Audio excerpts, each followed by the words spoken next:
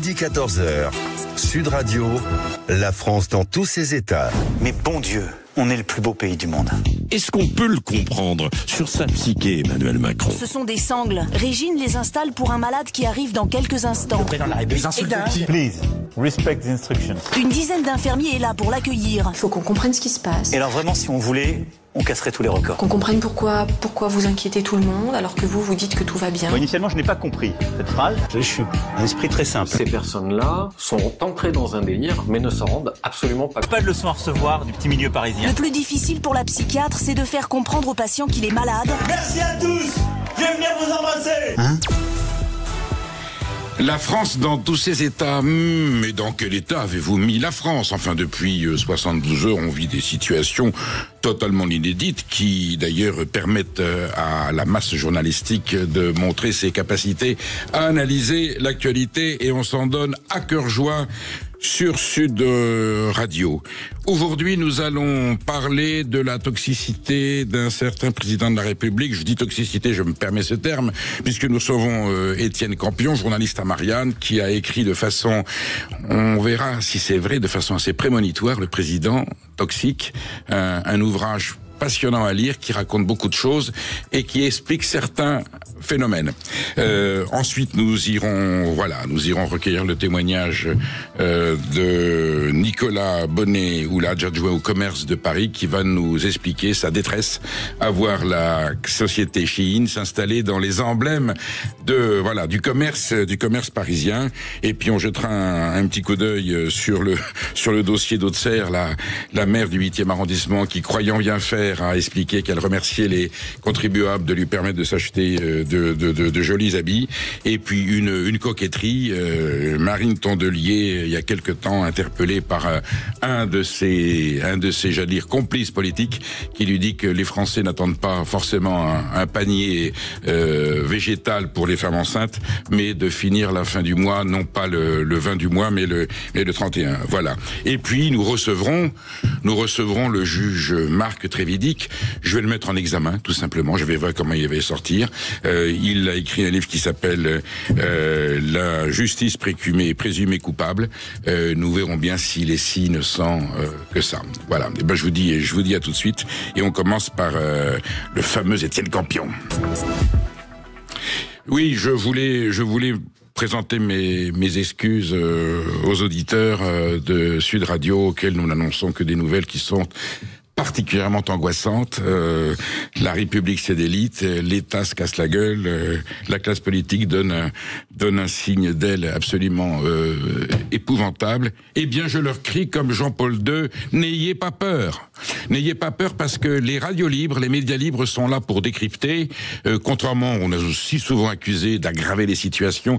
Eh bien non, c'est en vous racontant dans le détail, en vous disant la vérité. Sur Sud Radio, c'est inné, on ne sait dire que la vérité, puisqu'on ne sait pas inventer de fausses nouvelles, et nous allons vous aider à décrypter la situation, la réalité politique. Et c'est quand le peuple est informé, c'est quand les citoyennes et les citoyens sont bien informés qu'ils prennent des décisions opportunes. Est-ce qu'il va falloir voter bientôt? Vous saurez exactement de quoi il s'agit, vous aurez tous les éléments et tous les paramètres nécessaires à ce qu'au moment où vous mettrez votre butin dans l'urne, vous le fassiez de façon efficace pour sortir la République du merdier dans laquelle sa classe politique l'a plongée. Voilà ce que j'avais à dire, et maintenant on va recevoir Étienne Campion. Sud Radio, midi 14h, Sud Radio, la France dans tous ses états, le fait du jour.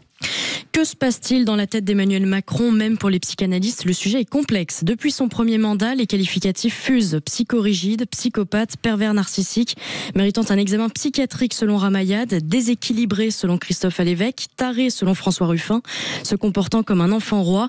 On en parle avec l'auteur du Président toxique, paru aux éditions Robert Laffont. Bonjour Étienne Campion. Bonjour. On voulait vous faire réagir à une réaction justement au sujet de toute cette actualité, en particulier de la démission de Sébastien Lecornu lundi. Le député centriste du Loiret, Richard Ramos, qui n'a pas mâché ses mots hier sur CNews. Je ne sais pas si l'information que j'ai, mais on me dit que vos confrères d'une autre chaîne, ils ont été appelés pour filmer le président de la République en bord de scène, oui, et que c'était tout ça mis en scène pour le coup. Mais c'est lamentable. C'est lamentable. C'est lamentable. Je veux dire, moi, vous savez, je suis très à l'aise, je suis pas pour la démission du président de la République. Je pense que sur la 5e, le président de la République, il est élu pour 5 ans, Macron doit rester. Ça, c'est mon opinion. Et pourtant, ça fait des années. Aujourd'hui, là, quand on voit M. Gabriel Attal dit « je comprends plus le président », Ah bon, là. les mêmes, comme moi, depuis 2-3 ans sur les plateaux, je disais que le président était dingue et que je recevais des SMS, des insultes, comme quoi il fallait que je quitte la vie politique. Voilà, le président de la République est dingue. Étienne Campion, merci d'être dans le studio de Sud Radio aujourd'hui. Vous n'avez pas dit que le président était dingue, vous avez écrit que le président était toxique. Est-ce que vous faites une nuance entre toxique et dingue ?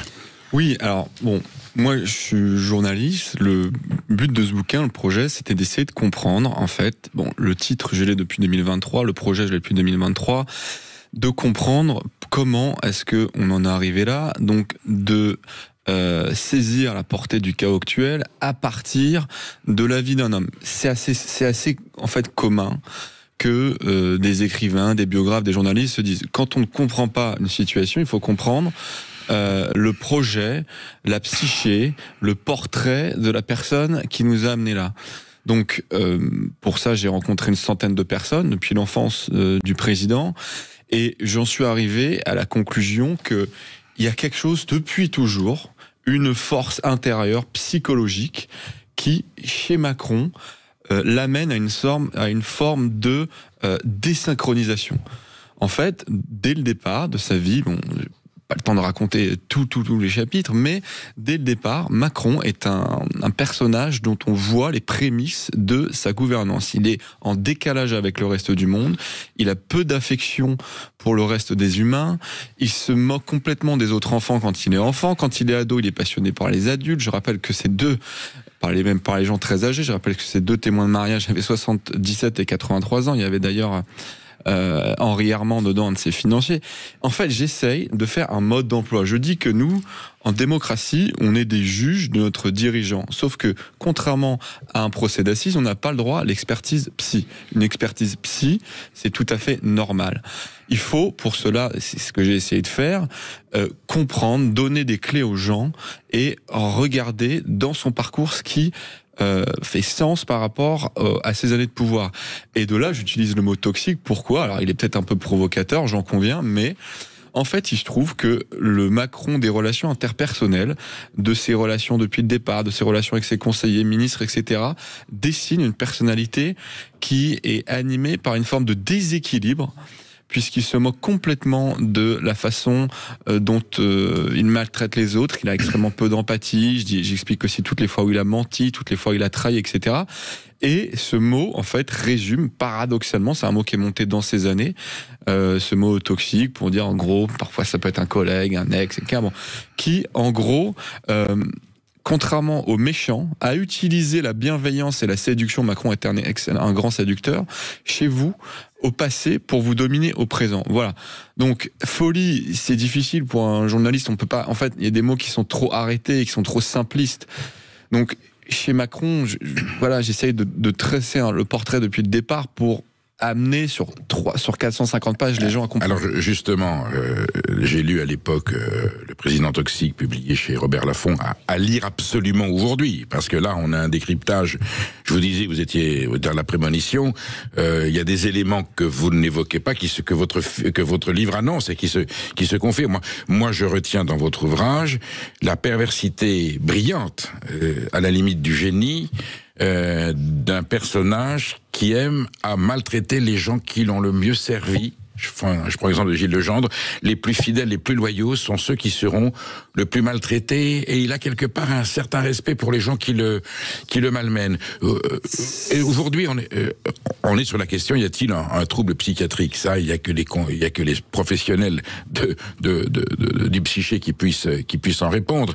Est-ce que cette perversité n'est pas un jeu est-ce qu'on n'a pas plutôt affaire, comme certains le pensent, un adolescent qui est devant sa console de jeu avec un clavier plein de touches, et il appuie sur toutes les touches parce que ça l'amuse de voir ce que ça provoque. Plutôt le côté apprenti sorcier, je vais voir ce que ça donne. Et là, aujourd'hui, avec ce qui se passe en France depuis 4 jours, on a l'impression que le personnage jongle un peu comme un chat qui jouerait avec les souris qu'il vient de captiver, ou qu'il faisait une expérience en piquant une épingle. Est-ce qu'il va crier, est-ce que ça va faire mal? Est-ce qu'il n'y a pas un peu cet aspect-là? Si, il y a cet aspect. En fait, moi, pour résumer globalement la phase dans laquelle on est entré, je dis que cette phase noire qui a commencé avec la dissolution en juin 2024 avait trouvé énormément de prémices dans les années précédentes. En fait, quand on interroge, moi j'ai interrogé beaucoup pas d'opposants, les opposants, on sait déjà ce qu'ils pensent, etc. Oui. J'ai interrogé des conseillers, d'anciens ministres, des gens qui ont fait le Macron, qui l'ont amené au pouvoir, qui l'ont aidé à atteindre l'Élysée, et tous disent... Ils ont parlé, on est d'accord. Ils savaient que vous veniez pas pour faire un roman à l'eau de rose. Après, ils ont parlé, ça veut dire qu'ils avaient peut-être déjà... Il y a différents degrés d'honnêteté. Il y a des gens qui vont vous dire la vérité, leur vérité à 1 sur 10. C'est pas très intéressant. Le plus intéressant, c'est qu'ils vous la disent à 10 sur 10. Et là, c'est génial, parce qu'on comprend tout. Et on comprend, en fait, en faisant ce travail de journaliste, ce paradoxe que vous soulevez, qui est que, contrairement à tous les dirigeants du monde qui font tout pour avoir des garde-fous autour d'eux, la quête de Macron au pouvoir est extrêmement paradoxale. Elle l'a affaibli, puisqu'elle a constitué à affaisser tour à tour tous les garde-fous autour de lui et à se retrouver seul en scène. Donc ça a commencé tôt. En vérité, tous les premiers de cordée, les vrais macronistes, ce sont par exemple les Mormons. En 2018-19, ils sont déjà tous partis parce qu'ils ont tous mordu la poussière. Je résume à gros traits. Émelière de Normandie, absolument. Fort. Il y en a d'autres. On les voit en photo d'ailleurs. Etc. Bon, bref. Voilà, donc l'histoire de Macron au pouvoir, la plus intéressante, c'est l'histoire secrète de ceux autour qui ont vécu x10 ce que nous, en gros citoyens, ont vécu. Mais nous, on n'a pas la frustration de s'être engagé pour ça. À la limite, c'est le président, on s'est jamais engagé avec lui. Bon, eux l'ont vécu et racontent une histoire passionnante de l'intérieur qui, comme vous le dites, effectivement, est paradoxale dans la mesure où... tout ce qu'il a recherché, c'est cette espèce de liberté seule où il ne doit devoir qu'à lui-même et où maintenant il se retrouve à jouir effectivement d'avoir le destin du pays au bout de ses doigts, plus encore que quand il avait le pouvoir absolu, parce que maintenant certes il n'a plus le pouvoir, mais il a encore plus peut-être de pouvoir et d'emprise sur la classe politique et les députés, puisqu'il a à sa main le titre de la dissolution. Il est dans le symptôme d'un homme qui est pétri de certitude. Il sait, il sait pas qu'il croit, il sait qu'il sait mieux que les autres. Il a peu de conviction et il a beaucoup de certitude. On a en ligne Guy qui appelle de Lafarlède. Guy, est-ce que le comportement du président de la République vous perturbe, ou au contraire vous dites non, il sait ce qu'il fait, il fait ce qu'il a à faire? Alors, bonjour à tous les deux. Moi, personnellement, je pense qu'il sait très bien ce qu'il fait. Il a toujours su ce qu'il faisait. Moi, j'ai jamais voté pour lui. Je pense c'est un monsieur qui est trop sûr de lui pour qu'il me plaise. Il sait ce qu'il fait. Et ce qu'il veut à l'heure actuelle, c'est continuer ce qu'il a commencé, c'est pousser jusqu'au bout. C'est-à-dire que s'il dissout, il le fera, il ne démissionnera pas, il dissoudra l'Assemblée avant, pour bien mettre le bazar, parce qu'on ne pourra pas voter des présidentielles même s'il partait. Derrière, parce que si on votait pour des présidentielles, eh bien, on serait obligé de garder pendant encore peut-être 8 à 10 mois l'Assemblée que l'on a à l'heure actuelle. Et donc, comme vous disiez, sa jouissance de voir le bazar qu'on a, il ne respecte pas le peuple. On s'en est rendu compte lors du Covid. Il a eu des paroles plus que déplacées. Et je pense qu'il sait très bien ce qu'il fait. C'est quelqu'un qui est mégalomane, qui a des folies dans sa tête, quoi. Voilà. Guy, est-ce que vous pensez que si il pouvait obtenir une mise en scène glorieuse à la De Gaulle en 69 d'une démission qui le valoriserait, il tenterait le coup? Alors moi, je vais vous dire, je pense qu'il peut partir. Demain, il se représente, il repassera, parce que les gens ont la mémoire courte. Vous savez, il faudra attendre 5 ans, Guy, vous êtes d'accord? Oui, il peut se passer beaucoup de choses en 5 ans. Oui, mais je vais vous dire, le fait est que les gens ont la mémoire courte. Vous voyez tous ces élus qui ont fait pire que pendre, qui sont réélus après coup et qui ont pas de figure et qui osent se représenter, c'est un scandale, un scandale. Et lui, je pense que beaucoup de gens ont la mémoire courte. Et du moment qu'on va leur faire peur avec d'autres personnes, avec là, je parle, ou le Front National ou autre, je n'ai pas d'a priori pour l'un ou pour les uns, pour les autres, même si c'était le Front Populaire ou n'importe. Je veux dire, il y en a qui vont montrer un côté noir de ces gens-là et on reprendra les mêmes et on va recommencer et on va se plaindre que la situation revienne la même. Guy, les Français ont les mémoires courtes. Guy, je vous rappelle, les Français ont la mémoire courte avec ce bémol. Je vous rappelle qu'aucun président de la République n'a été réélu depuis Jacques Chirac. Ils ont tous été éliminés. Donc, c'est pas si évident que ça. Je suis d'accord sur la mémoire courte, mais sur les présidents sortants, ils n'ont pas pu se présenter. Hollande ne s'est même pas représenté, et les autres ont été battus. Voilà. Donc, alors effectivement, Emmanuel Macron a été réélu en 2022, mais enfin, à vaincre sans péril, en triomphe sans gloire, face à Marine Le Pen, il ne pouvait que gagner. Donc, ils ont fait du triomphalisme en 2017 et 2022. C'était scientifiquement acquis qu'il gagnerait. Voilà. Maintenant, si en 2032 il se représente, est-ce qu'il sera élu? C'est peut-être son calcul. Vous avez des gens qui vous disent, il met ça en scène pour arriver en 2032, pensant qu'il y aura, j'allais dire, un bordel infini entre 2027 et 2032, dire, finalement, j'étais pas si mal que ça, revotez pour moi. Étienne Campion, est-ce que vous pensez qu'il pourrait jouer cette carte? Oui, moi, c'est ce qui se dit. En fait, on sait jamais vraiment ce qu'il y a dans la tête de Macron. Le milieu journalistique parisien adore deviser, faire des plans sur la comète. Extrapole, c'est formidable. Oui, c'est ça. Et en fait, Macron a toujours eu ce truc de toutes les crises. Déjà, il adore les crises, les moments où l'histoire se referme sur lui dans une lumière crue. Mais de toutes ces crises-là, il adore quand le peuple devise sur ce qu'il va faire. Est-ce que c'est pas là où il est le meilleur? Est-ce qu'il se dit pas, c'est dans la crise que je tiens les ficelles? C'est ce que je vous disais tout à l'heure, c'est que, en fait, quand il tient en haleine toute la classe politique, c'est là où il est, c'est ces moments qu'il préfère. Il est au milieu de la scène. Voilà, il est au milieu de la scène. La dissolution, rappelez-vous sa phrase au lendemain de la dissolution, je leur ai jeté une grenade dégoupillée. Ouais. On va voir comment ils s'en sortent. Ouais. On en est encore là. Et ça, c'est des moments de jouissance noire, je sais pas comment les appeler, mais qui sont extrêmement macroniens, qu'on a découvert avec ces petites phrases à une époque. Il a arrêté, d'en disséminer toutes les semaines, mais en vérité, il a pas vraiment changé. Il est l'homme qui préside la République française. Oui, une telle phrase, quand on préside la 6e ou 7e puissance mondiale, ça implique des responsabilités. Voilà, et vous pouvez regarder comment s'est passée la dernière dissolution. À l'époque, il avait aucun intérêt à le faire, aucun intérêt. Bon, et il l'a fait parce que, en fin de compte, il a quand même gardé la présidence. Mine de rien, il reste président de la 5e, donc il a ce poste de super diplomate qui n'est pas rien, qui lui permet de s'exposer, d'être sur tous les sujets internationaux. Il va le garder, il va aller vers une nouvelle dissolution, il va se donner du temps parce qu'il va dire, moi je suis retourné aux urnes, etc. Il a mis le cornu, alors que tout indiquait que le cornu était son dernier fidèle. Oui, mais on se demande si tout ça n'est pas prémédité. Il a imposé à Le Cornu le maire pour que ça casse et pour qu'on arrive à une espèce d'évidence où il doit dissoudre. Et il va le refaire. Il aurait soufflé à Borne de dire on va remettre la réforme des retraites en suspens.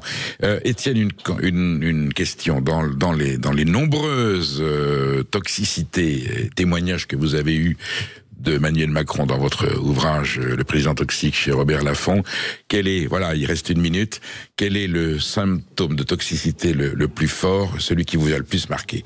Il y en a plein. Est-ce qu'il y en a un qui pour vous est emblématique de la toxicité présidentielle? Je fais des petits modes d'emploi, je parle par exemple de la propension au mensonge, la propension à la duplicité.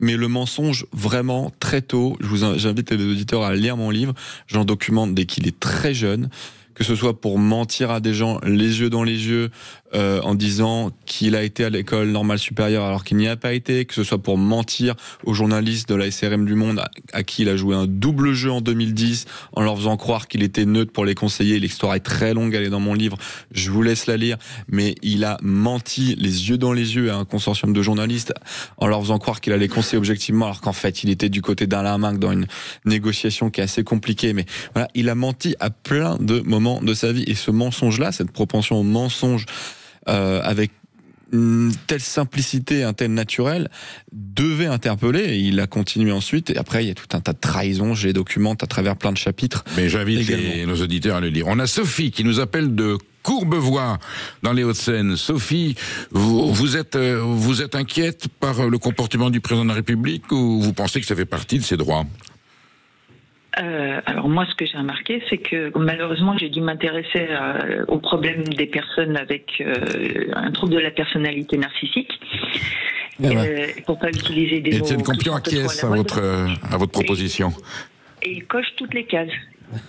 Mensonge, manipulation, inversion accusatoire, intelligence hors du commun, séduction... tout y passe, trahison, des gens qui n'ont aucune boussole. Leur seule boussole, c'est eux, leur chemin, et tout est bon pour arriver à leur fin. Trahir, mentir, voilà, tout y est. Ils cochent toutes les cases, et ça fait 10 ans que je le dis. Voilà. On n'est pas une station de prêt-à-porter, mais le président de la République est habillé pour l'hiver. Avec vous, ma chère Sophie. J'ai une dernière question pour vous, Étienne Campion. Oui. À la lumière de tout ce qui vient d'être dit, est-ce que vous pensez qu'Emmanuel Macron peut tout de même songer à la démission ce soir ou demain, en fonction des résultats apportés par Sébastien Lecornu, ou est-ce que c'est définitivement à exclure ? Moi, je suis pas du tout convaincu de la démission, je suis convaincu de la dissolution. Je suis pas convaincu de la démission parce que il faut que le monde continue à tourner autour de lui. Il peut tourner autour de lui de façon chaotique, mais il doit tourner autour de lui. Ça reste, c'est son énergie vitale. Et en fait, Macron ne veut pas de succession. Il veut choisir la façon dont se finit son histoire et ne surtout pas être comme Hollande l'a été avec lui. Il est hanté par ça. Il est hanté par la façon dont il a réussi à trahir Hollande pour arriver au pouvoir. Il veut surtout pas être passif par rapport à la fin qui vient, et donc on n'est pas, c'est ce que je répète, on n'est pas du tout à la fin du feu d'artifice. Il va continuer à retourner la table. Je pense qu'il y aura la dissolution d'abord, et après,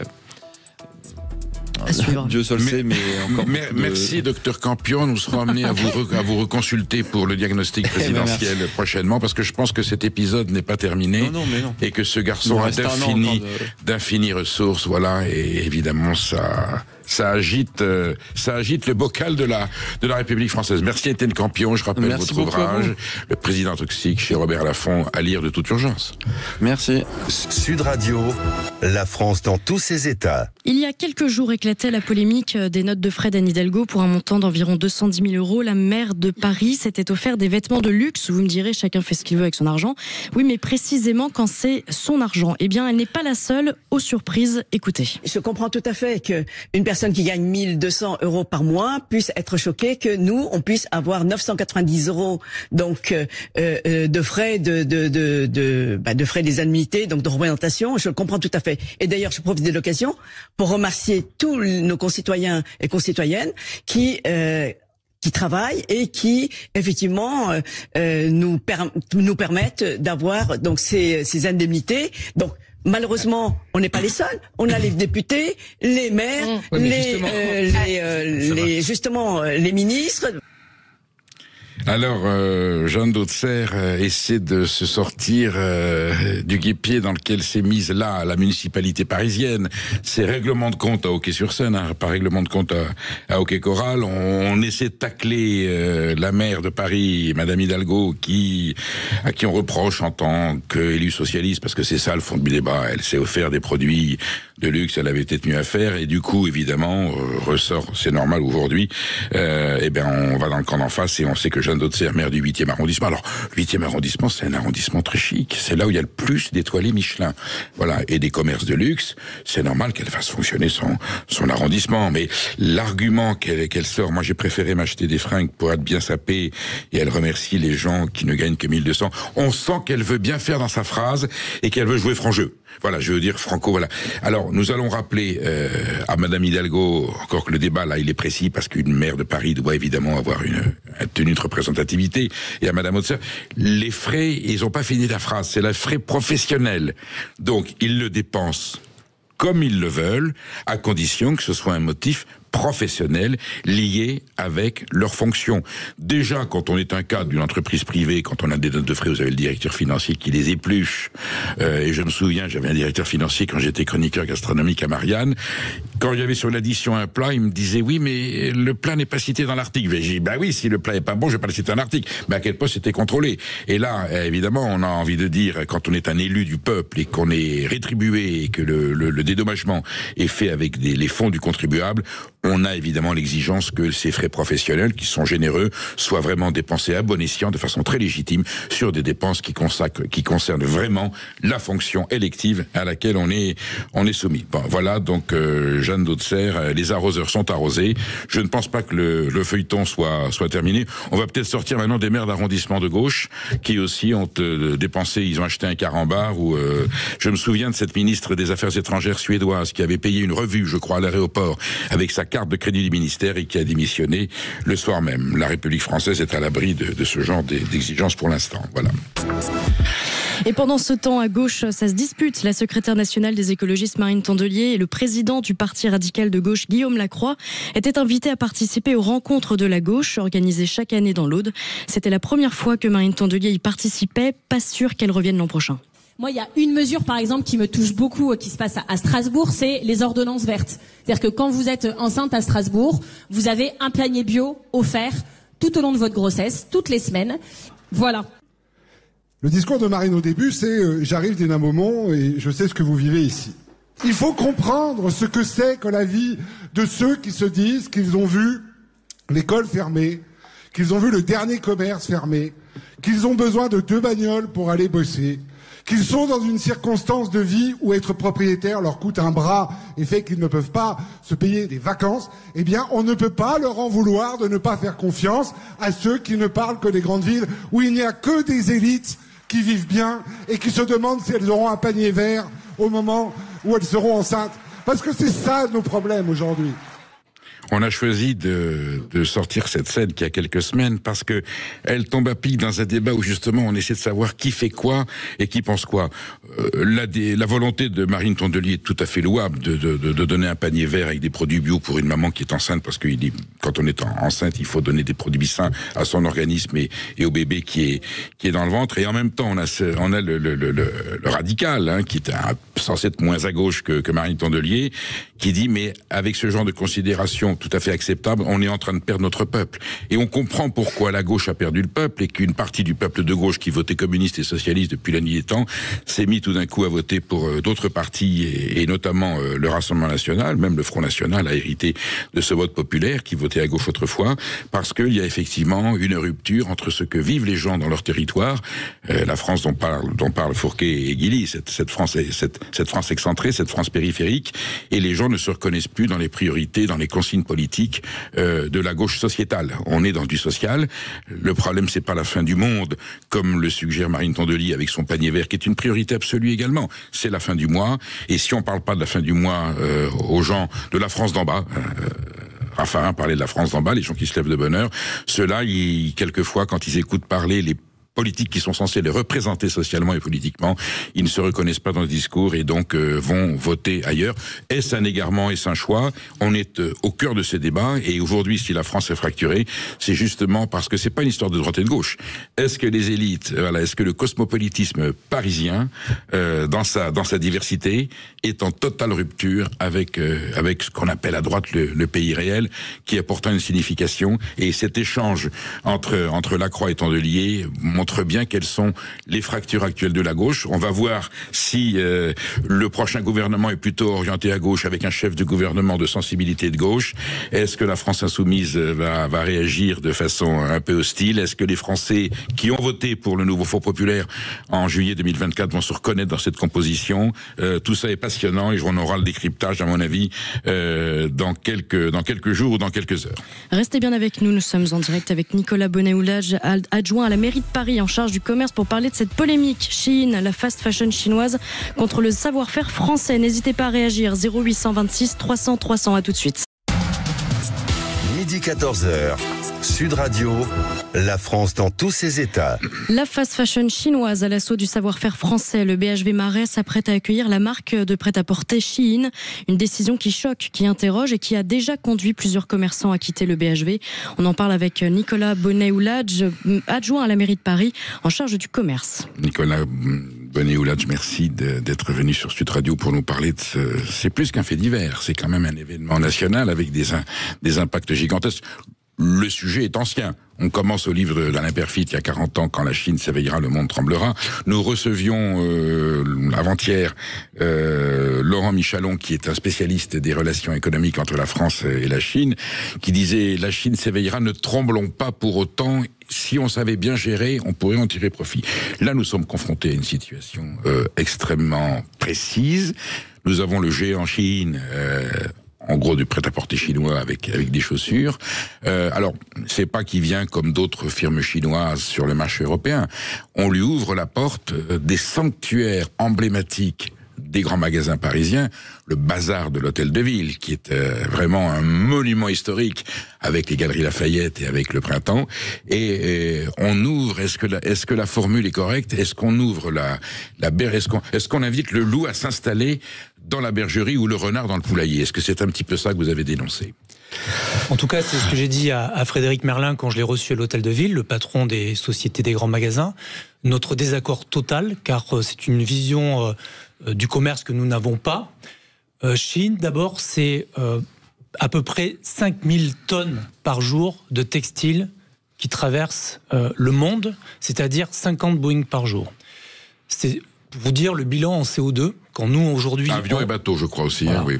Quand nous, aujourd'hui, on veut réduire la pollution, lutter contre le réchauffement climatique, comment on fait si on ne réduit pas ces transactions par marchandises qui viennent en avion? Ça, c'est la première chose. Deuxième chose, Chine a été quand même condamnée par l'Union européenne, condamnée par la France sur pratiques commerciales trompeuses, sur non-respect des normes environnementales, et notamment parce que c'est pas que la question de la pollution, c'est que la majorité du textile qui vient de Chine est fait en polyester, ce qui est cancérigène, ce qui est sur des taux au-delà des taux imposés à la fabrication française et européenne, et c'est pour ça d'ailleurs que les États et l'Union européenne les a condamnés à des amendes importantes de plusieurs, c'était en 2025, plusieurs millions d'euros. Donc on est face à un problème de société qui fait qu'aujourd'hui, quelque chose qui repose sur de l'exploitation de travailleurs, parce que les conditions aussi sociales en Chine ne sont pas les mêmes qu'en France, ce qui crée d'ailleurs du dumping social par rapport à nos entreprises, évidemment, ce qui n'est pas acceptable, d'autant plus que Chine ne paye pas d'impôts en France. Je crois qu'ils ont payé à peu près quelques milliers d'impôts sur 5 milliards de bénéfices, donc ça pose aussi un autre problème, c'est que vous avez en France des entreprises qui veulent fabriquer, qui payent leurs salariés, qui respectent les normes environnementales, qui respectent les normes sociales, qui payent des impôts. Oui, c'est une concurrence déloyale et totalement faussée. Ça, on le sait, c'est un sujet européen, d'ailleurs. Donc, évidemment, que le BHV offre une vitrine à Chine, c'est le contraire de notre modèle. Et donc, évidemment, on s'y oppose, et je l'ai dit à M. Merlin, et pour nous, c'est non. Voilà. Pourtant, Shein est allé consulter et a reçu les conseils de M. Christophe Castaner, qui a été ministre de l'Intérieur, par hasard président du port de Marseille, qui est un endroit, je crois, d'importation de Chine.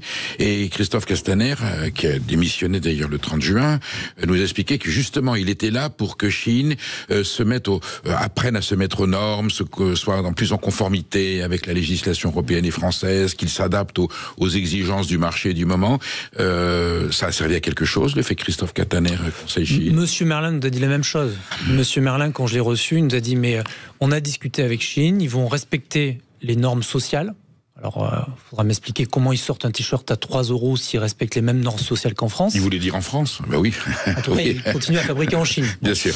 Il nous dit qu'il va faire venir en train. Donc, il va falloir qu'il m'explique comment on relance la route de la soie avec aujourd'hui un conflit entre la Russie et l'Ukraine, et comment les trains vont arriver alors que notre réseau de fret aujourd'hui en France est dans un état de dégradation qu'on condamne d'ailleurs. Le transsibérien peut-être, on va peut-être activer le transsibérien. Monsieur Merlin est peut-être un magicien, il peut transformer Chine en une entreprise française, mais aujourd'hui on n'y croit pas.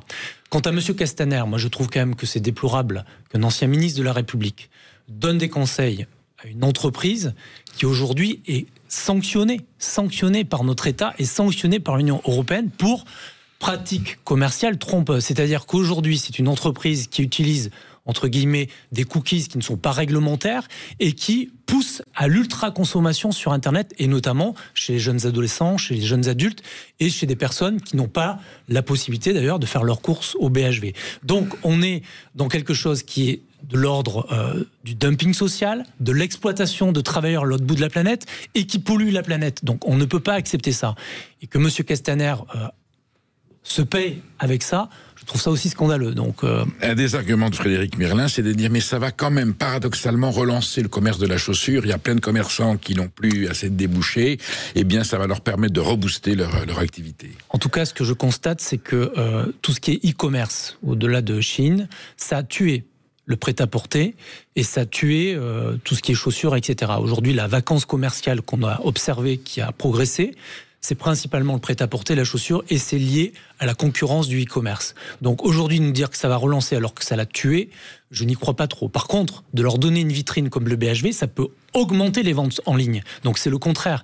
Et aujourd'hui, je constate que l'ensemble des fédérations, notamment la fédération du prêt-à-porter féminin, Origine France, plusieurs grandes marques internationales, pas que françaises, condamnent ça et disent « vous continuez à nous tuer au lieu de relancer ». Moi, je pense que on a possibilité à relancer l'habillement, on a possibilité à relancer ce commerce. Il faudrait aussi réindustrialiser notre pays, retrouver des filières. Donc certaines petites entreprises s'implantent. Je dirais pas des noms, mais aujourd'hui on a quand même du Made in France, du Made in Paris. Et donc moi j'aurais préféré que le BHV reprenne cet étendard et que le BHV reprenne l'étendard que moi j'ai porté depuis 2017 à Paris, qui est le label fabriqué à Paris. J'ai beaucoup de labellisés, 2500 labellisés à Paris. Et dans ces labellisés, il y en a qui font du textile. Donc je préfère que le BHV leur ouvre des corners, relance des marques françaises plutôt que d'aller chercher Chine. On touche le fond. Tout à l'heure, on parlait de toxicité par rapport au président de la République. On touche le fond de la toxicité. J'allais dire de cette organisation économique européenne issue de l'acte unique de 1986 voulu par Jacques Delors, libre circulation des personnes et des marchandises. On a fait le pari. Allez, on va ouvrir les frontières de l'Europe. Adieu la préférence communautaire. On ne cherche plus chez nous ce dont nous avons besoin. On se met en risque d'être en concurrence, mais comme ça dégoulinera, oui, il y aura de la casse, mais on aura tellement exporté de produits européens que finalement la balance sera positive. C'est un fiasco absolument total. On sait bien que Mme von der Leyen, que la Commission européenne, que les chefs d'État européens, que le Conseil des ministres européens, qui est le patron de l'Union européenne, sait très bien les effets néfastes de ce libéralisme mondialisé, de cette globalisation libérale, néolibérale financière qui a ruiné notre économie. On a payé cher. Arcelor, Péchinet, Alstom, Technic, Lafarge, Alcatel, Essilor, tout ça c'était des fleurons de l'industrie française qui créaient des emplois. Certains étaient des leaders mondiaux. Et parce qu'on a ouvert le marché à la concurrence déloyale, ces sociétés sont mortes. Ça a entraîné des milliers, des centaines de milliers de chômeurs et une ruine économique pour la France. Et malgré tout, on continue. Et là, on est sur le prêt-à-porter. On a quand même de l'industrie et du prêt-à-porter en France, de la chaussure. Et là, on va donner le coup de grâce à un des derniers secteurs qui pouvait encore tirer ses marrons du feu d'une globalisation qui est agressive. Comment ça se fait que vous soyez le seul, Nicolas Bonnet ou Ladj, à dénoncer avec autant de précision, autant de véhémence? J'aurais attendu que toute la classe politique se mette derrière vous pour dénoncer cette aberration. Ce que vous venez de dire et démontrer, c'est ce que nous disions il y a plus de 20 ans avec le Parti communiste français, ce qui a amené un vote en France avec un référendum sur le traité constitutionnel, sur lequel le Parti communiste français, ma famille politique, d'autres, à l'époque Jean-Luc Mélenchon.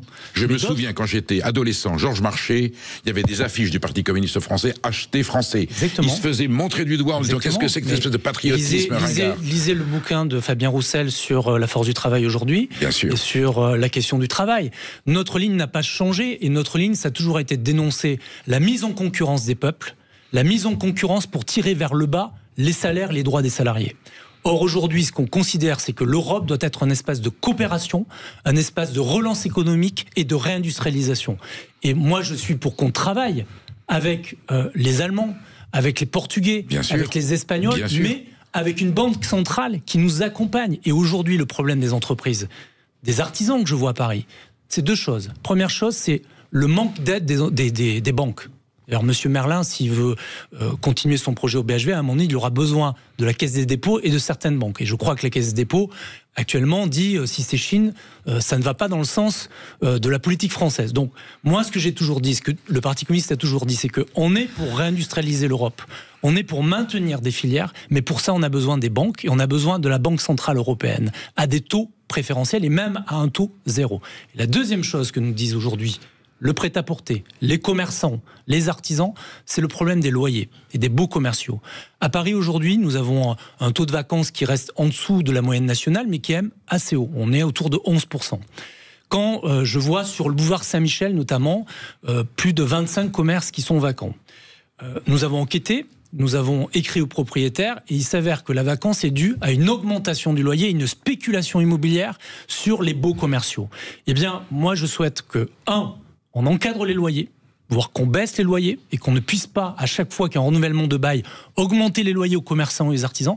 Et 2, ce que je souhaite et ce que j'ai demandé à la ministre, c'est qu'on augmente la taxe sur les friches commerciales. Parce que derrière cette question de vacances, nous avons aussi des friches du fait de personnes qui ont un actif immobilier, ces locaux, et qui préfèrent avoir des écritures comptables en mettant ces locaux dans leur actif immobilier plutôt que de louer. Et donc ça, c'est un vrai problème. C'est une compétence de la mairie de Paris, ça, Non, la compétence de la mairie de Paris que j'ai justement utilisée comme levier, c'est d'imposer la taxe sur les friches commerciales. Et donc, pour la première fois, j'ai activé cette taxe sur les friches commerciales qui est encadrée par la loi sur un délai de vacances et sur certains secteurs où il y a vacances. Mais il faut aller plus loin.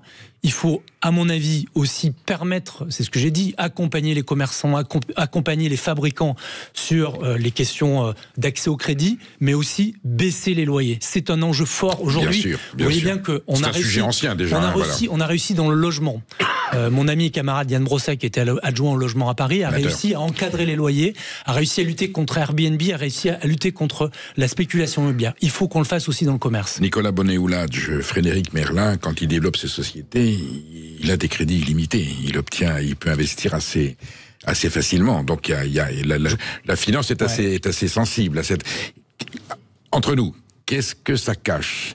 À qui profite le crime de cette installation de Chine de façon décomplexée au cœur de Paris? À quoi vous pensez? Ma grosse préoccupation, je pense aujourd'hui aux salariés du BHV. Les salariés du BHV. Je suis d'accord. Dites-moi, à qui ça profite? Les salariés du BHV aujourd'hui, c'est plus de 720, presque 1000 avec des indépendants qui sont très préoccupés de l'avenir du BHV.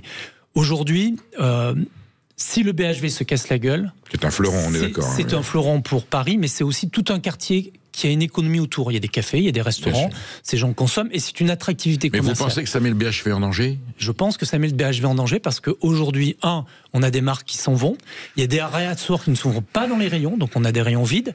Et M. Merlin, vous dites il va emprunter, mais aujourd'hui, il a une mauvaise image de marque du fait de cette annonce avec Chine, et c'est pas sûr que les banques et que la Caisse des dépôts le suivent. Et donc, si la Caisse des dépôts et les banques ne le suivent pas, soit il revoit son projet et réoriente, comme je lui ai suggéré, vers le Made in France, vers le label fabriqué à Paris, vers des jeunes créateurs parisiens. Le BHV, il pourrait être un tremplin pour des jeunes créateurs. Donc, soit il fait ça, soit il y a un risque que le BHV se casse la gueule. Nicolas Après, moi, je ne suis pas dans les secrets de M. Merlin, et je ne sais pas, comme vous dites, à qui profite le crime. Merci. Mais en tout cas, moi, je veux protéger les salariés. Merci pour votre témoignage. Et le cri, c'est sauvons le bazar de l'hôtel de ville. On a entendu votre message. Merci d'être venu. L'effondrement du système judiciaire, c'est le thème de l'excellent livre de Marc Trévidic, ancien juge antiterroriste, auteur de Justice présumée coupable aux éditions Albin Michel. C'est le moment de lui poser toutes les questions que vous vous êtes toujours posées sur la justice. À tout de suite. Sud Radio. Sud Radio. Parlons vrai. Parlons vrai. Sud Radio. Parlons le face-à-face. Alors la France dans tous ses états, dans quel état avez-vous mis la France? Peut-on compléter avec le titre de cette émission? Et nous recevons le juge, le grand juge Marc Trévidic qui publie chez Albin Michel Justice présumée coupable. Monsieur le juge, je vais vous mettre en examen. Ça vous dérange pas? 1 heure? Vous acceptez? Non, pas de souci. J'ai votre autorisation pour cette mise en examen. On va aller au fond du sujet. Et je commence par vous dire que je suis désolé, mais vous avez raté votre vocation. Je sais que vous êtes un féru de droit, vous êtes lancé dans la magistrature, et en lisant votre ouvrage, on se rend compte que vous êtes un avocat formidable. C'est le plus beau plaidoyer pour la magistrature que j'ai lu depuis longtemps. Ah oui, ça vous fait rire, mais c'est vrai que vous prenez le dossier à bras-le-corps, et vous voulez expliquer, à nos concitoyennes et aux concitoyens que la lecture qu'on en a de la justice et ce qu'on entend d'elle, même si elle prête le flanc quelquefois, est loin de cette réalité. Alors, justice présumée coupable, est-ce que oui ou non c'est un plaidoyer pour la magistrature que vous avez voulu faire? J'ai voulu, étant donné qu'on attaque la justice de toutes parts, mais pas simplement la sphère politique dans les affaires médiatiques, mais les citoyens. Les citoyens disent que la justice fonctionne mal, qu'on est trop lent, qu'ils n'ont pas satisfaction. Des procès qui durent parfois des dizaines d'années au pire, quelques années souvent. Et donc je voulais simplement décrire le fonctionnement.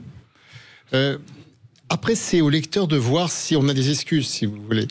Parce que c'est vrai qu'on fonctionne mal. Ça, faut pas se leurrer. Mais en décrivant sereinement le fonctionnement, je pense que le lecteur peut mieux comprendre pourquoi ça ne fonctionne pas comme ça devrait. Votre confrère, non, le grand avocat maître Florio dit: l'homme le plus honnête, le plus respecté peut être victime de la justice. Quelle fatalité peut le faire passer pour un malhonnête homme, voire un criminel? Cette fatalité s'appelle l'erreur judiciaire. Oui. Est-ce que l'erreur judiciaire en France, elle est accidentelle, elle est plus fréquente que prévu, ou est-ce qu'elle est inévitable? Elle est assez fréquente. Elle est fréquente dans les procédures rapides. Je pense qu'évidemment, quand on passe en comparution immédiate, au bout de 48 heures, un gardé à vue, il y a une dose de possibilité d'erreur importante. Mais, de façon plus surprenante, puisque maintenant je préside des cours d'assises, il m'arrive d'acquitter des accusés qui ont fait 3 ans et demi de détention provisoire parce que le dossier était creux, objectivement, pas simplement au bénéfice du doute, j'allais dire, parfois avec certitude de son innocence.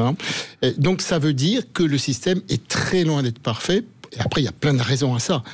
Il y a le nombre de procédures, les services de police qui n'ont pas le temps de bien faire leur boulot, le juge d'instruction qui n'a pas le temps de bien faire son boulot, les avocats qui n'ont pas le temps de bien faire leur travail non plus, et tout ça arrive parfois à des catastrophes. Alors, votre ouvrage n'est pas seulement un plaidoyer, c'est un document historique, j'allais dire que c'est un document juridique.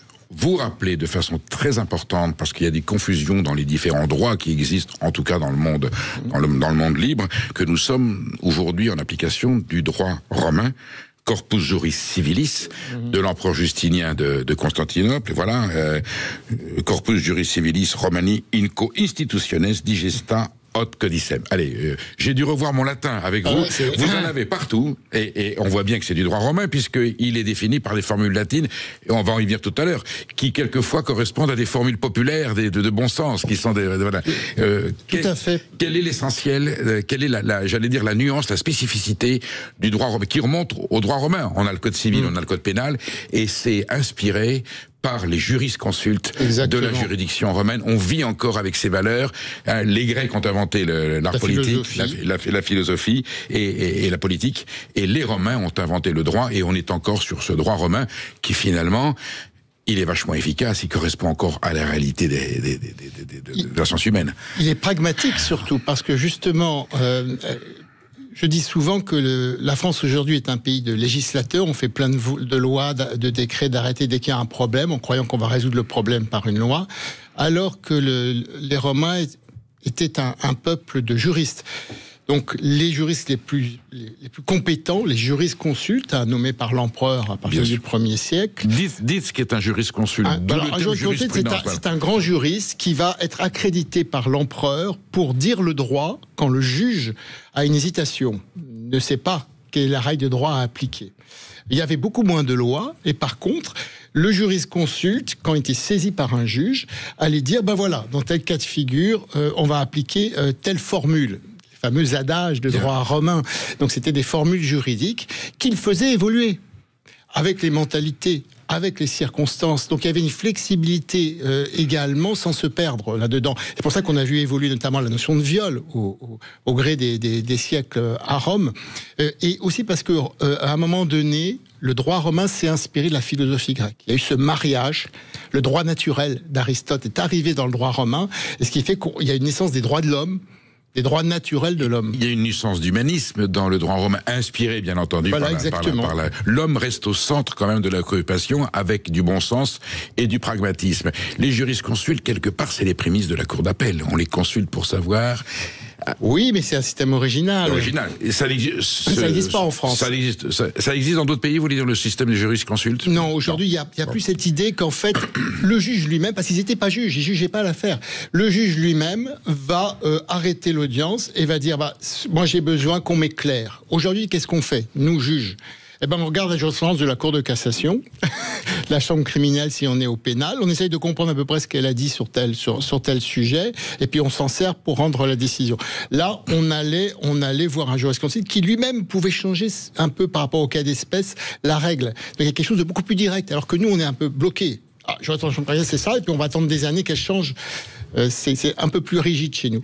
Marc Trévidic, je ne vais évidemment pas vous demander de me refaire le procès Sarkozy. Non. Vous présidez des cours d'appel, je ne vais pas vous demander ce que vous décideriez, vous, si l'appel venait chez vous, parce que vous allez me dire que vous ne connaissez pas assez le dossier.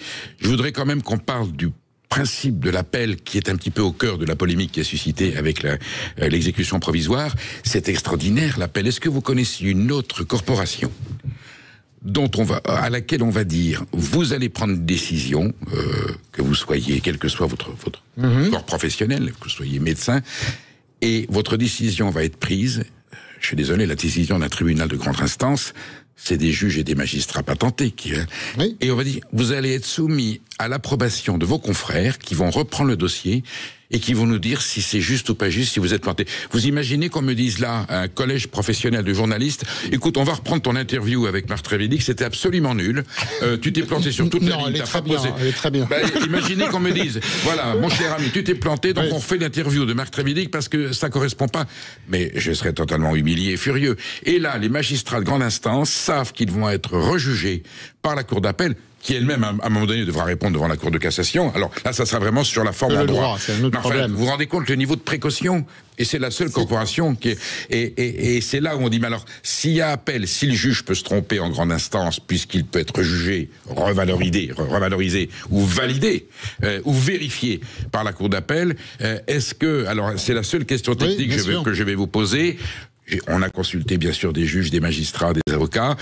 Ils disent, et c'est la seule prise de position que je vous demanderai, elle est technique, on dit, le cas Sarkozy, il n'échappe pas à la loi, l'exécution provisoire est une décision qui a été votée par le Parlement français, c'est une mesure légale, républicaine, elle est beaucoup plus appliquée qu'on ne pense, bien sûr, sauf que dans le cas Sarkozy, ça ne cochait pas les cases qui peuvent invoquer l'exécution provisoire. Est-ce que vous pouvez me dire quelque chose là-dessus, sans aller trop loin? Sur ça, tout à fait. La loi est actuellement est très ambiguë, puisque quand un président de juridiction de tribunal correctionnel met une peine d'emprisonnement non aménageable, il peut décerner un mandat de dépôt à l'audience, différé ou pas. Et la loi est très vague sur les critères. C'est-à-dire, on lui dit simplement si l'espèce le justifie. Il n'y a pas de cas bien listé. Alors que par contre, pour les juges des libertés et des détentions, pour la Cour d'appel, quand elle statue sur une demande de mise en liberté, elle doit respecter l'article 144 du Code procédure pénale, qui n'est pas dur à lire. Le fameux 144. Il suffit de mettre sur Google ou n'importe quoi, article 144 du Code procédure pénale. Par tout le monde. Par tout le monde, et on comprendra que on peut mettre en détention provisoire quelqu'un qui est présumé innocent, s'il fait appel de la décision, parce qu'il y a un risque de concertation avec des auteurs, des complices, parce qu'il y a un risque de pression sur les témoins, disparition de preuves, risque de renouvellement des faits, risque de fuite. Et l'ordre public n'est possible qu'en matière de crime, pas en matière de délit. Donc la gravité des faits ne rentre pas en ligne de compte. D'où le décalage qu'il va y avoir dans cette affaire, comme dans les autres, entre les critères trop larges, sans doute, du mandat de dépôt initial et les critères beaucoup plus restrictifs quand il y aura une demande de mise en liberté. Pour autant, on peut considérer, sans rentrer dans le débat et la polémique, que le droit a été appliqué. Il a été appliqué. Maintenant, on a le droit aussi de dire il est trop large, peut-être. On donne trop de pouvoir à un président de juridiction en matière de détention provisoire, puisqu'il en a plus qu'une cour d'appel, finalement. En tout cas, pour reprendre les mots de Nicolas Sarkozy, non, le droit français n'a pas été violé. Non, ça, techniquement, non, ça c'est clair. En la circonstance. Bon, et pourtant, il faut faire face à ce droit de l'accusé de commenter son jugement. Là, on est vraiment passé dans le débat politique. On n'est pas dans un débat entre experts de droit. On est vraiment dans un débat politique, je pense. Oui, d'un débat politique, mais aussi un justiciable hein, qui est concerné directement par un mandat de dépôt. Donc il y a aussi l'être humain quand même, malgré tout, hein, derrière cet ancien président de la République. Vous pourriez condamner un ancien président de la République s'il le fallait ? Je pourrais. Attendez, mais j'en serait mon devoir si j'estimais qu'il y avait des éléments de culpabilité. Ça serait même une faute de ne pas le faire, d'accord. Évidemment. Marc Trévidic, on se retrouve dans un petit moment. Vous avez une question à poser, 0826 300 300, l'effondrement du système judiciaire. Posez vos questions à notre invité Marc Trévidic, ancien juge antiterroriste, auteur de Justice présumée coupable aux éditions Albin Michel. À tout de suite. Midi 14h, Sud Radio, la France dans tous ses états, Perico Légas, Maud Koffler. Nous sommes avec Marc Trévidic qui cumule plusieurs fonctions de magistrat et de juge, cour d'appel mais cour d'assises également, et qui publie Justice présumée coupable aux éditions Robert Laffont. Albin Michel. Je les sauve. Excusez-moi, c'était l'auteur précédent. Albin Michel, qui est une excellente, qui est une très très grande maison d'édition. Exactement. Marc Trévidic, on poursuit juste un petit peu. Ce livre était-il prémonitoire par rapport à l'actualité juridique et judiciaire? Non, mais... Non, le titre tombe. Voilà. Et c'est vrai que la justice est un petit peu dans l'œil du cyclone actuellement. Pour autant, permettez-moi cette incise. Peut-on considérer, au vu du délitement des valeurs de l'éthique de la classe politique, que l'autorité judiciaire, non le pouvoir judiciaire, le général de Gaulle a bien dit autorité judiciaire, on viendra pourquoi il a fait cette distinction, ajouterait à la notion de droit, on rend la justice en droit, des paramètres liés à la morale publique. Est-ce que ça peut arriver qu'un juge déborde un tout petit peu du droit strict en incluant, et peut-être que les Grecs et les Romains considéraient que c'est normal, dans les jurisconsultes, on va mettre un soupçon de morale, parce que comme l'autorité politique ne l'a plus, eh bien nous allons être obligés de compenser ce manque cette petite immoralité en rectifiant avec du droit. Est-ce que ça peut arriver? Mais ça peut arriver, pas que dans cette matière-là. Il faut faire attention. Voilà, quand on est juge, il faut faire attention, on fait du droit, pas de la morale. Vous restez des êtres humains avec des convictions et des valeurs. Bien sûr, mais vous savez bien que par exemple dans une cour d'assises ou une cour criminelle, quand on juge tout ce qui est viol, incestueux, etc., la morale est quand même pas loin du droit.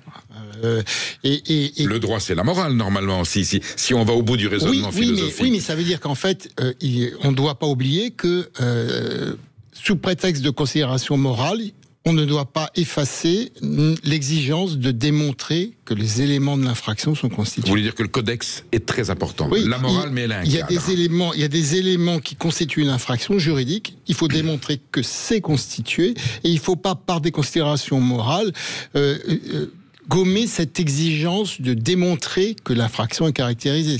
C'est là où ça va plus, si on déborde de ça. Vous mettez le pied là, le doigt sur une nuance fondamentale dans la terminologie des deux fonctions, magistrat et ministre.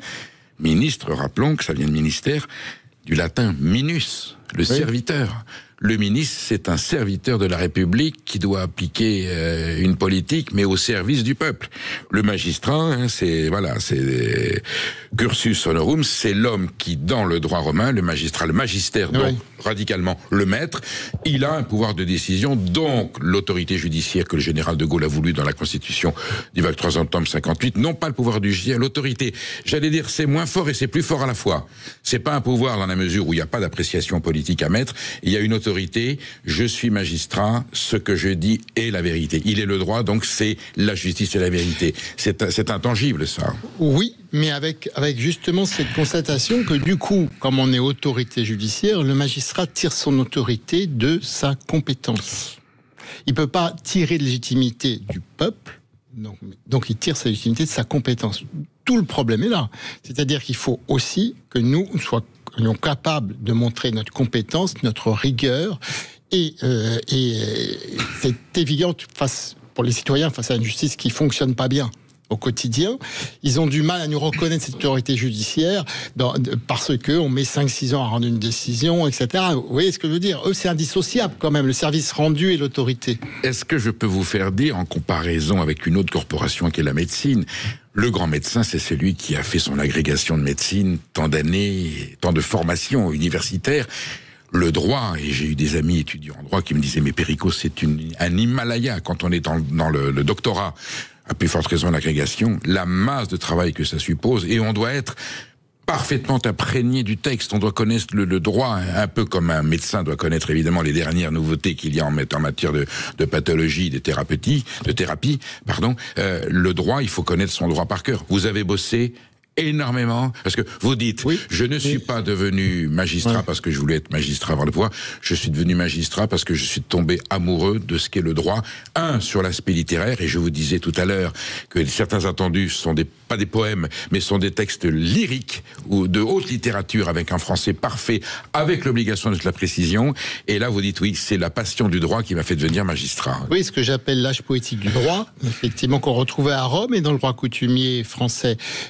Donc c'est une passion pour la matière, mais il y a autre chose derrière. Et je crois que la comparaison est excellente que vous avez faite entre un grand médecin et un professeur de médecine et un professeur de droit. Oui, mais vous remarquerez dans les deux cas de figure, pour que vraiment on ait affaire à un très grand professeur de médecine et un très grand magistrat, il faut aussi, en dehors de la capacité technique, l'empathie, la capacité humaine. Qu'est-ce que c'est qu'un grand cancérologue qui est incapable de parler à ses patients, de leur expliquer, de les soulager? Qu'est-ce qu'est un grand magistrat qui connaît bien le droit et qui est incapable aussi de discuter paisiblement avec des justiciables, avec des victimes, là aussi de les apaiser? Donc, il faut le côté humain, c'est des matières humaines. Il y a la pédagogie, y compris dans le droit, il y a la pédagogie du médecin qui annonce une mauvaise nouvelle. Il faut qu'en plus de la technicité, on ait cet humanisme.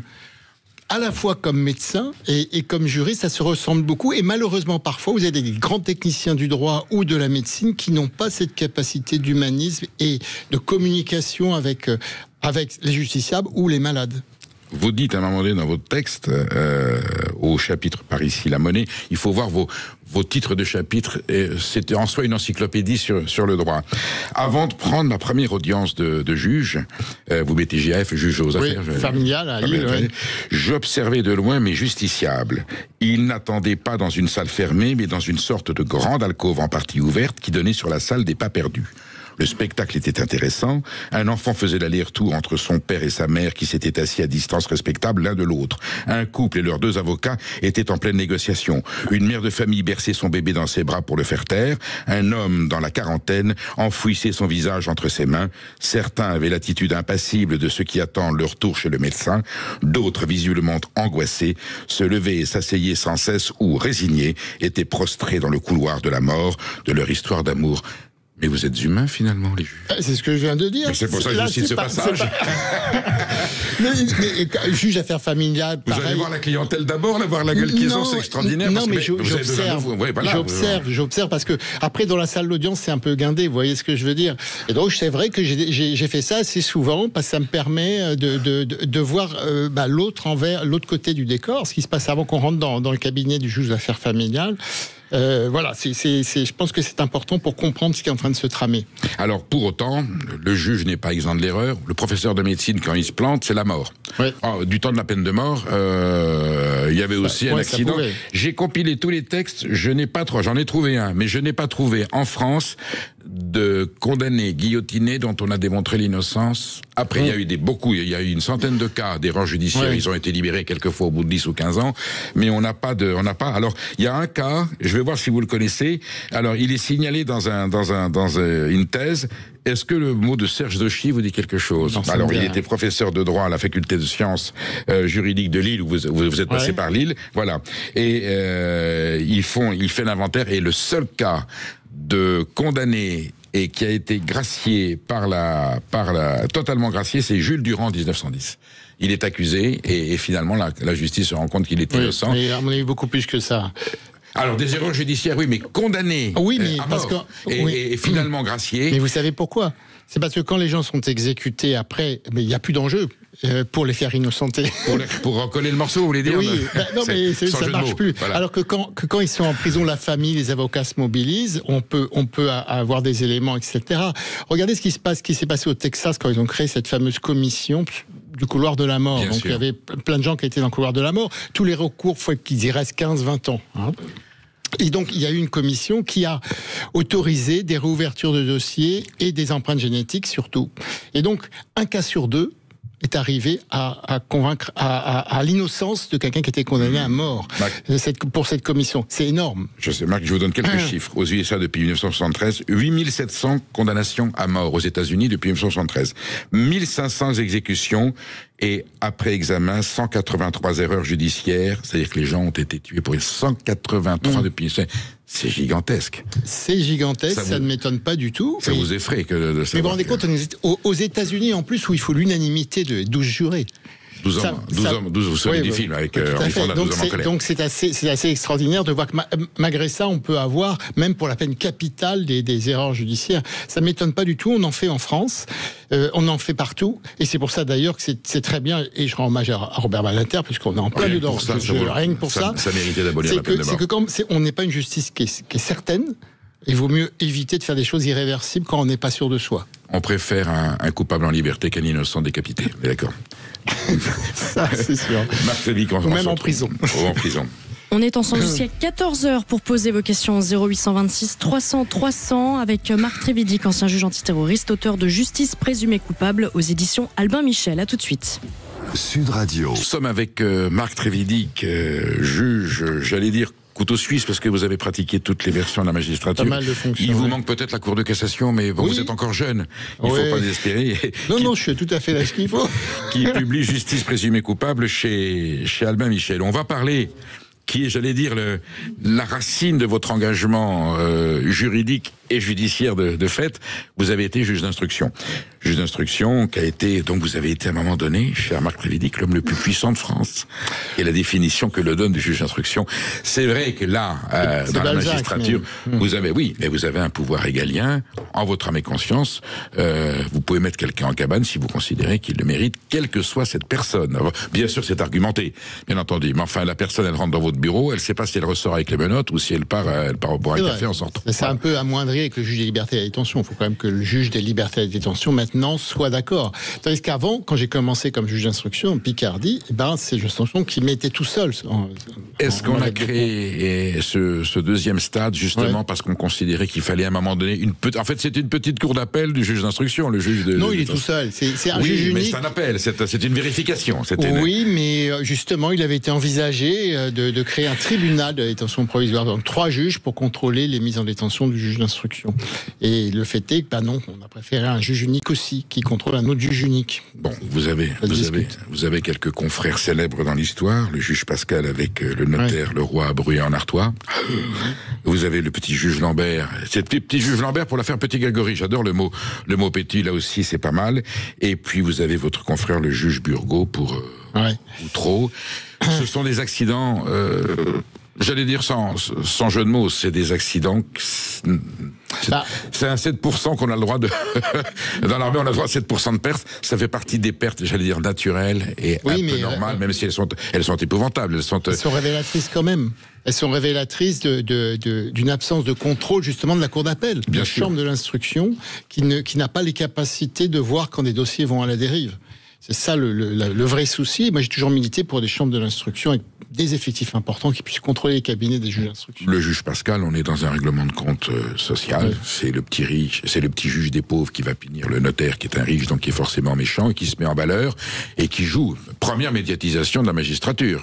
Devant les caméras de télévision, on voit que le juge Pascal... Et politisation. Bien d'accord. Et avec une crispation sociale dans le village. Et on apprend que tout ça est... Pierre Leroy et Monique Mayer sont totalement innocents. Juge Lambert, de ce que je retiens, il a un train à prendre le vendredi soir. Il ne prend pas la déposition, il la fait pas signer, même si le capitaine de gendarmerie lui dit faut faire signer tout de suite. Non, je ferai ça lundi. Et quand il revient, je ne donne pas dans le détail parce que ça serait s'immiscer dans l'affaire judiciaire. Mais la donne a changé. Et puis on a Outreau, un gentil petit juge défendu par un avocat que je connais bien, qui est maître Jean-Yves Dupeux, qui lui se laisse. En fait, il s'égare. Il s'égare dès le départ. Il croit bien faire, évidemment. Et il a suffisamment d'éléments peut-être pour considérer que c'est ça. Et puis finalement, c'est pas du tout ça. Donc, oui, mais 3 cas de figure. Oui, sauf qu'on ne travaille pas tout seul. Moi, j'ai toujours eu la chance d'avoir aussi des groupes d'enquêteurs c'est une de vos explications. Il travaille seul. Mais donc, je pense il n'a pas de contre-fou, il n'a pas d'assesseur qui dit attention. Il y a 2 sortes de juges d'instruction qui se plantent. Il y a celui qui écoute de façon complètement automatique ce que lui dit le chef de la police ou de la gendarmerie qui travaille sur l'affaire. C'est-à-dire, il prend tout.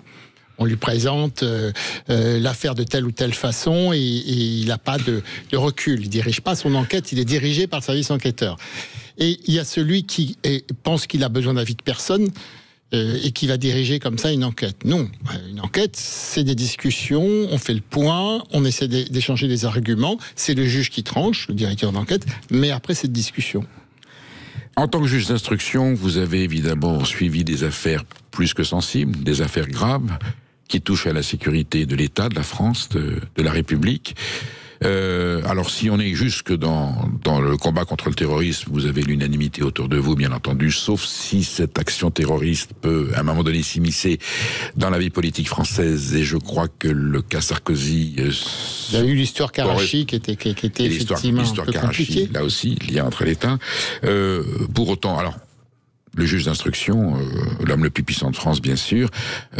Est-ce que vous avez à un moment donné eu à subir directement ou indirectement, en fonction des affaires que vous traitiez, une pression politique? On se souvient de Jacques Toubon envoyant un hélicoptère dans l'Himalaya, dans l'affaire Tibéri. Je ne cite pas le nom de votre confrère. Finalement, on l'a pas trouvé.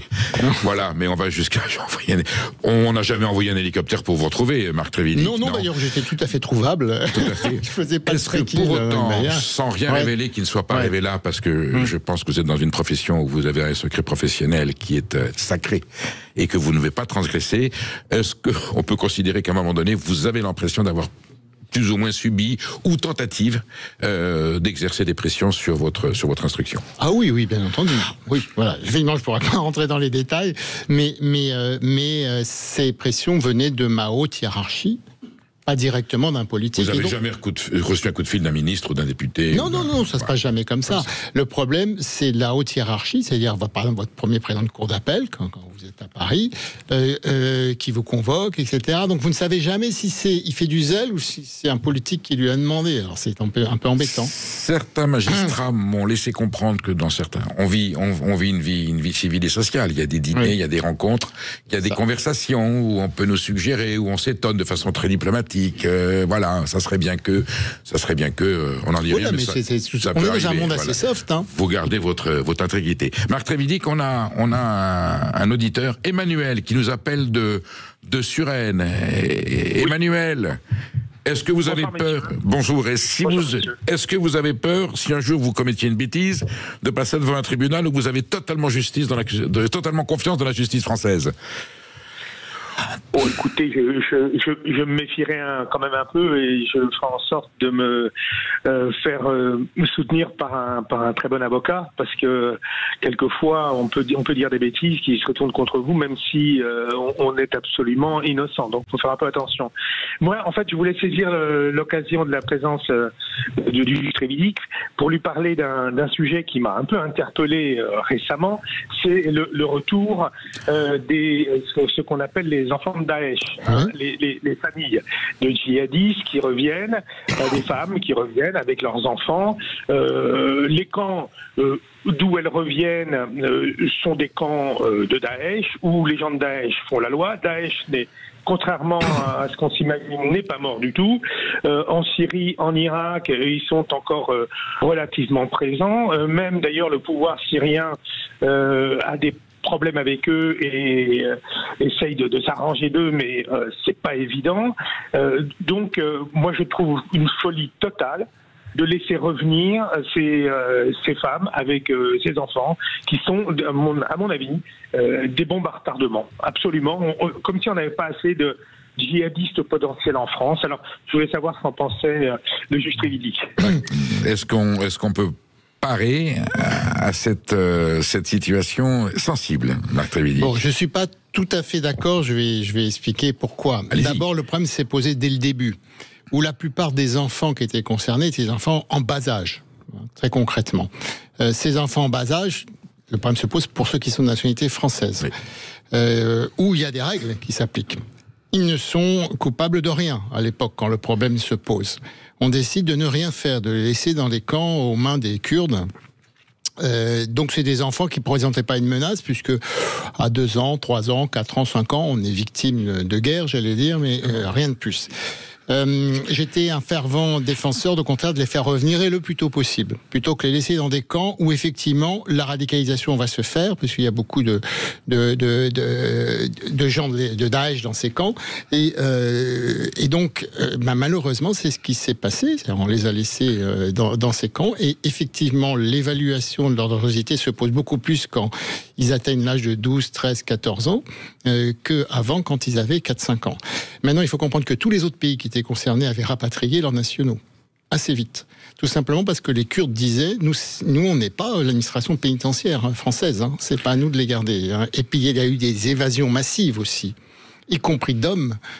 Donc c'est aussi dangereux d'avoir ces gens dans la nature, et au lieu de les contrôler nous-mêmes. Donc il y a du pour et du vrai. Il faut faire très attention, vous avez raison monsieur, mais attention aussi, on paye nos erreurs et notre attentisme pendant des années. Je pense que là-dessus, toutes les institutions sont vigilantes, et que s'il y avait évidemment un accident, on tirerait tout de suite les conséquences de... Voilà. Là, vous avez raisonné en droit, là, Marc Trévidic, on est d'accord. Mais pas uniquement, de façon humaine aussi. Vous savez, moi j'ai vu des grands-parents, ou un des deux parents, qui réclamaient qu'on fasse revenir leur enfant, leur petit-fils, par exemple, de 3-4 ans, innocent de tout, par définition, et qui avait été emmené par un des deux parents radicalisés, même pas par le deuxième. Donc il y a eu quand même des cas humains. C'est absurde de les laisser, ces jeunes Français, dans des camps, dans ces situations-là. Voilà, il y a un des chapitres de votre livre qui s'appelle « Les mariages se font au ciel et se consomment sur la terre ». Je vais vous faire écouter un petit épisode un peu humoristique, mais pour quelque chose qui n'est pas du tout. La police, madame... S'il vous plaît. Ouais. Allez vous faire enculer ! 1 heure plus tard, mission accomplie. La femme devra se justifier de son viol au commissariat, à moins que le mari ne retire sa plainte. Alors, c'est un épisode des... Vous savez, vous allez être surpris. Non, c'est un épisode des inconnus. Les inconnus sont habillés en policiers. Ils vont chercher une femme qui a été battue et voilà, violée. Et le pastiche est là, il l'amène au commissariat. Elle a violé son mari et on espère qu'il va retirer sa plainte. Je vous dis ça parce que nous avons un fait divers qui est arrivé à notre connaissance. Il y a un serrurier récemment qui est allé... remplir une mission chez un client, vous êtes peut-être au courant, vous avez entendu ? Non, ça me dit pas. Non. Donc ce serrurier va chez les clients, il répare la serrure, et au moment où la cliente est en train de régler la prestation, son chèque, le mari arrive, visiblement tabasse son épouse devant le serrurier, mais d'une violence inouïe. Il filme la scène, s'en va parce qu'il peut pas aller plus loin. Il va tout de suite au commissariat pour signaler qu'il y a eu une violence conjugale, mais caractérisée. On le rappelle 2 jours après, il pense que c'est pour signer son témoignage. Il est mis en garde à vue pendant 8 jours avec les lacets et tout le bastringue pour dénonciation calomnieuse. Qu'est-ce qui a pu se passer? Est-ce que c'est l'épouse qui est revenue sur ses déclarations, ou le mari? Et donc, il a dit au policier, enfin, vous plaisantez, j'ai filmé la scène, enfin, c'est dénonciation calomnieuse. Et il disait, le paradoxe, c'est derrière le policier, il y avait cet article qui disait qu'il faut l'obligation de dénoncer les violences conjugales. Et voilà le numéro de téléphone où elle est. Et finalement, il a fait 8 heures je pense que ça s'est terminé. Ouais. C'est une petite anomalie, alors qui n'est pas judiciaire, là, du coup, elle est policière. Mais cette loi sur les dénonciations calomnieuses a utilisé avec parcimonie, si je comprends bien. Bien sûr, mais d'ailleurs, on l'utilise avec parcimonie. Les poursuites sont assez rares pour les dénonciations calomnieuses, et il faut déjà complètement prouver que la dénonciation est calomnieuse. Donc, c'est-à-dire que de l'autre côté, il n'y a pas l'infraction qui avait été dénoncée. Donc là, c'est un cas d'espèce, quand même un peu gros, c'est quand même pas ça, comme ça tous les 4 matins. Je voulais juste vous soumettre pour avoir votre réaction. On se reparle dans quelques instants. France dans tous ses états, Perico Légas, Maud Coffler. Et nous sommes toujours avec Marc Trévidic qui a publié Justice présumée coupable chez Albin Michel. Monsieur le juge, vous êtes un justiciable exemplaire. Votre mise en examen se passe bien pour l'instant ? Ah bah très très bien, j'ai choisi de ne pas garder le silence. Non, bien sûr, et d'ailleurs vos propos n'ont pas été tenus contre vous comme on le voit dans certains films américains. J'en suis pour l'instant, j'hésite entre la relaxe et le non-lieu, mais il reste encore un quart d'heure, je vais vous cuisiner jusqu'au bout pour être bien sûr de mon attendu. Grand drame aujourd'hui dans la société française. C'est un phénomène que vous développiez bien dans votre livre sous le chapitre, alors je vais citer la formule latine, Malicia supplet aetatem, la malignité supplée l'âge. Ouais. Qu'est-ce que vous voulez dire ? Il y a un vrai malaise dans la jeunesse française aujourd'hui, et la justice n'arrive peut-être pas à résoudre le problème rien que par du judiciaire. Il y a une grande tendance aujourd'hui à vouloir que l'on juge les mineurs comme des majeurs. sous prétexte justement que leur malice devrait faire oublier leur âge. C'est ça le sujet de cet adage, comme quoi Rome avait pensé à tout. C'est ce qu'on appelle l'excuse de minorité. Voilà. On dit maintenant, c'est très grave ce qu'ils font, il n'y a pas de raison, il faudrait qu'ils aient des peines lourdes. Vous citez l'exemple, je connais bien Chartres, le quartier de la Banane à Mainvilliers, celui du vieux puits à Lucé, vous avez assisté vous avez jugé. Oui, jugé d'ailleurs. Une bagarre épouvantable, et on voit bien qu'on n'a pas de prise. Et puis ils sont d'une violence inouïe, sans limite, parce qu'ils sont jeunes, ils ont pas de remède, pas d'empathie, pas de paramètres. Qu'est-ce qu'on peut faire quand on est magistrat et qu'on est confronté à une situation telle que celle-là? Alors le vrai problème, c'est qu'on voit les dégâts. Mais le fait est, c'est que la grande surprise aujourd'hui dans la jeunesse, les jeunes qui règlent à coups de couteau, des faits de bande, etc., c'est qu'ils ont déréalisé l'acte qu'ils commettent. C'est surtout ça qui est le plus frappant. J'expliquais dans ce livre aussi la notion entre piquer et planter. Les termes utilisés sont différents. Je dis, personne va nous dire « j'ai tué mon copain de 16 ans d'un coup de couteau ». Il va nous dire « je l'ai piqué, monsieur le juge ». On va insister un peu, il va finir par admettre l'avoir planté. On va quand même lui dire 15 cm dans le corps, piqué, c'est un peu... Mais de toute façon, le mot « tuer », le mot « mort » n'existera pas dans leur discours. Ils ont déréalisé. On est sur PlayStation 4. Et c'est ça la problématique. Ils sont dans un univers parallèle, on n'arrive pas à leur faire comprendre. Alors c'est propre à la jeunesse. Mais cette violence, cette ultra-violence se passe avec des codes à eux. L'aveu de vouloir donner la mort, finalement, c'est souvent dans le crime passionnel. Il dit oui, j'ai tué, mais voilà, j'étais dans une souffrance. Mais dans la jeunesse, on est dans le déni. Oui, il n'y a pas de volonté de donner la mort, il y a de se battre, de régler le problème avec la bande d'à côté, et donc de piquer ou de planter, mais de tuer, c'est au-dessus de leur réflexion. Alors, vous n'êtes pas des éducateurs, vous n'êtes pas responsable de l'éducation familiale, de l'éducation nationale, ni de la déstructuration familiale. Pourtant, est-ce qu'on peut considérer à un moment donné que la justice peut aboutir à des sanctions qui donnent l'exemple, qui dissuadent, qui orientent? Vos attendus sont quand même très argumentés. Ils sont pas assez souvent lus et pas bien lus. Vous n'empêcherez pas la plus parfaite des justices, la plus rigoureuse, la plus précise, n'empêchera pas le développement de ces phénomènes. Surtout que les adolescents, clairement, sont pas finis dans leur tête, faut être clair. Et la société d'aujourd'hui, la société des réseaux sociaux, la société de la réaction immédiate, la société de la violence quand même, les aide pas à prendre conscience de la gravité des choses. Alors je ne suis pas sûr qu'une peine exemplaire pour un jeune de 16 ans qui a donné un coup de couteau à un autre va avoir le moindre impact sur les autres jeunes de 15-16 ans du même quartier.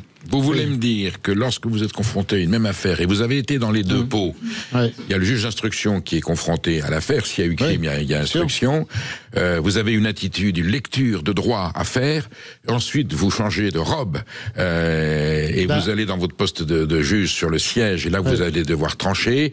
Est-ce que, j'allais dire, la qualité du raisonnement sera la même, ou le juge d'instruction doit sévir vite pour l'ordre public, et est-ce que le juge du siège doit dire là je dois intervenir avec des notions de droit bien sûr, d'humanité, de compréhension, il faut que je prenne en compte d'autres paramètres que celui du juge d'instruction? Le juge d'instruction, on lui demande surtout de faire une enquête la plus complète possible, y compris sur les éléments de personnalité. Donc quand c'est un mineur, c'est très important, parce que il faut arriver à comprendre aussi dans son milieu familial d'où lui vient cette violence qu'il est capable de développer à 15-16 ans.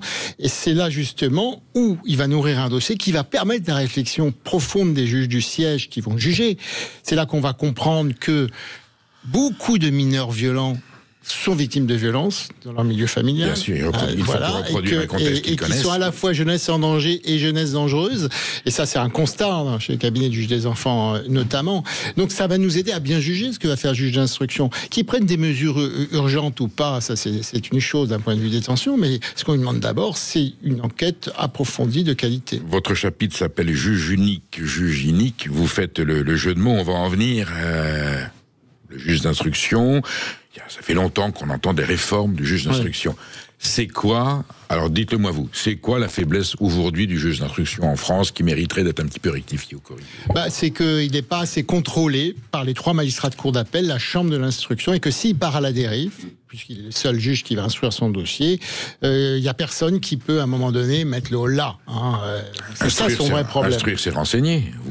fait, oui, mais on instruit à charge et à décharge, ou on instruit qu'à charge ou qu'à décharge. La mise en détention. Voilà. Alors, il y a aussi de l'instruction à charge et à décharge, c'est-à-dire chercher des éléments en faveur et contre, ne pas tout de suite aller sur une seule piste, avec l'esprit ouvert. C'est ça aussi qu'on lui demande. Pour autant, le juge d'instruction français, est-ce qu'il est plus méchant, à votre connaissance, que d'autres juges d'instruction dans d'autres pays? Alors, il y a des juges d'instruction encore dans quelques pays. Il n'est pas plus méchant parce que de toute façon, dans les autres pays qui n'ont pas le juge d'instruction des systèmes anglo-saxons, notamment aux États-Unis, c'est l'accusation qui fait l'enquête. Donc il n'y a pas de raison qu'elle soit plus objective et qu'elle fasse plus à charge ou à décharge. Donc c'est plutôt quelque chose qu'il faut garder, le juge d'instruction, mais tout pouvoir important doit être contrôlé. C'est un b.a.-ba. Et nous, la Chambre de l'instruction ne fait pas ce boulot. Et justement, vous concluez votre exemplaire ouvrage par ce titre de chapitre: Le droit et l'art du bien et de l'équitable, jus est ars boni et aequi. Vous citez l'exemple de la tragédie qui nous a tous bouleversés du petit Elias à qui on dérobe son portable, 2 individus qui n'auraient pas dû se trouver là, et il en est mort vous mettez couteau, je crois que c'est un coup de machette. Vous expliquez, il n'avait tué personne, ces deux jeunes, et pourtant ils étaient des tueurs potentiels, mais ils n'avaient tué personne. Aucun droit au monde, à part dans une dictature, ne pouvait les mettre en prison. C'est quelque chose qui me traumatise, mais vous ne faites que dire le droit. Oui, tout à fait. Ouais. Je sais bien. Je ne sais pas quoi vous dire. Non, mais... Alors, en dehors du droit, mais pour reprendre la formule de Cels, le droit est l'art du bien et de l'équitable, c'est-à-dire qu'il ne faut jamais perdre de vue que le droit, ce sont des règles juridiques, mais qu'on doit essayer de les appliquer pour tendre vers la justice. La justice avec un grand J.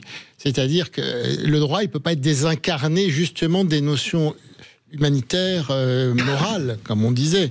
Donc, le droit, il faut essayer qu'il tende vers la justice. Sinon, le droit peut être oppresseur, clairement. Dans plein de pays, c'est le cas. Si j'étais un juge russe ou un juge algérien, par exemple, et que je mette en prison un écrivain ou un opposant, est-ce que j'aurais appliqué le droit ? Mais la justice, certainement pas. Eh bien, je prononce un non-lieu. Vous auriez peut-être préféré une relaxe? Non, je vous donne. Non-lieu, c'est toujours provisoire. Ça peut revenir tant que c'est pas prescrit. Je préfère être relaxé carrément. Vous êtes relaxé. Merci. Bravo et merci d'être venu sur Sud Radio. Merci.